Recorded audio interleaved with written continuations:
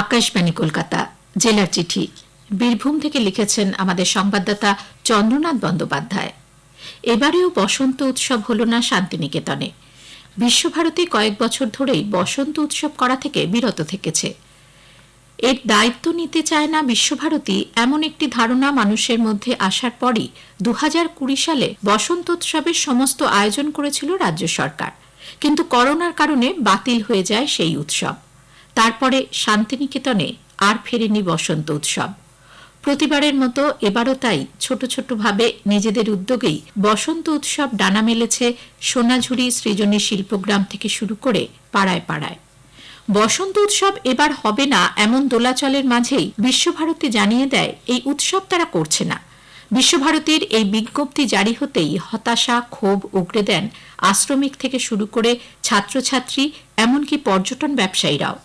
তবে বিশ্বভারতী বসন্ত উৎসব কয়েক বছর ধরে না করলেও পর্যটকদের ভিড় কিন্তু শান্তিনিকেতনে কমেনি। এবারেও বসন্ত বন্দনা করবে বিশ্বভারতী। এই নিয়ে বৈঠক ডাকা হয়েছে আজ 26শে মার্চ। বিদ্যুৎ চক্রবর্তী উপাচার্য থাকাকালীন 2019-এর পর 20, 21, 22, 23 বসন্ত উৎসব হয়নি। করোনার কারণে বিশ্বভারতী 20 ও 21 সালের উৎসব বাতিল করেছিল। 22-23 সালে বাতিলের কারণ ছিল অজানা। বিদ্যুৎ চক্রবর্তী উপাচার্যের পদ থেকে সরে যেতেই এবছর রাজ্য সরকারের সহযোগিতায় বিশ্বভারতীর ভারপ্রাপ্ত উপাচার্য সঞ্জয় কুমার মল্লিক উদ্যোগ নিয়ে পূর্বপল্লীর মাঠে বসিয়েছিলেন পৌষ মেলা। এরপর অনেকেই আশায় বুক বেঁধেছিলেন এবারে তাহলে হতে চলেছে বসন্ত উৎসব, কিন্তু এই উৎসব নিয়ে কোনো পক্ষই সাড়া দেয়নি। নির্বাচনের দামামা বেজে যাওয়ায় এগিয়ে আসেনি কোনো সরকারই। স্বাভাবিকভাবেই এবারও বিশ্বভারতীর প্রাঙ্গণ মুখর হল না এই উৎসবে। এক দেশ এক ভোট নিয়ে তর্ক বিতর্কের মাঝেই ঘোষিত হয়ে গেল সাধারণ নির্বাচনের দিনক্ষণ। নির্বাচন কমিশনের নির্দেশ অনুযায়ী কেন্দ্রীয় বাহিনী উত্তেজনাপ্রবণ এলাকাগুলিতে ইতোমধ্যেই রুটমার্চ করে ভোটারদের অভয় দান করছেন। তাদের সঙ্গে কথা বলছেন যাতে নিজের ভোট তারা নিজেরাই দিতে পারেন। রাজ্যের 7 দফার ভোটের নির্ঘণ্ট ঘোষিত হয়েছে। এর মধ্যে চতুর্থ দফা অর্থাৎ 13ই মে বীরভূমের 2টি লোকসভার ভোট হবে। এই জেলার বোলপুর লোকসভা কেন্দ্রের সঙ্গে অবশ্য জড়িয়ে রয়েছে পূর্ব বর্ধমানের 3টি বিধানসভা কেন্দ্র, কেতুগ্রাম, মঙ্গলকোট ও আউশগ্রাম।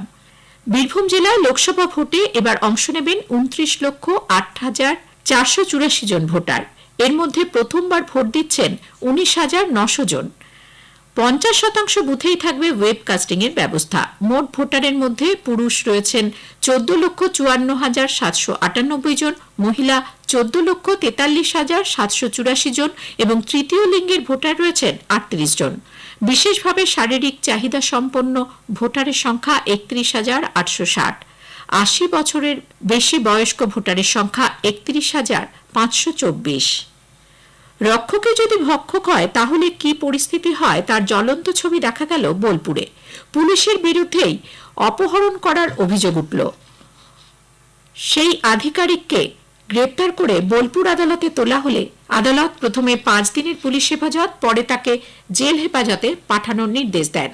অভিযোগ, শিউড়ি থানায় কর্মরত এএসআই লালটু হাজরা রামপুরহাট এলাকা থেকে একটি গাড়িতে করে মফিজুল ইসলাম নামে এক ব্যক্তিকে অপহরণ করে।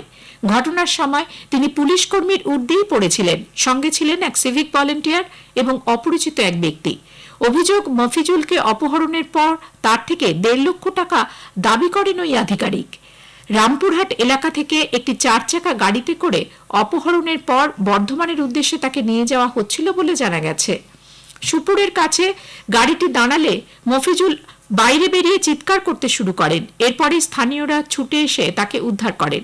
বোলপুর থানার পুলিশ এএসআই লালটু হাজরা সহ আরো 2 জনকে গ্রেপ্তার করে।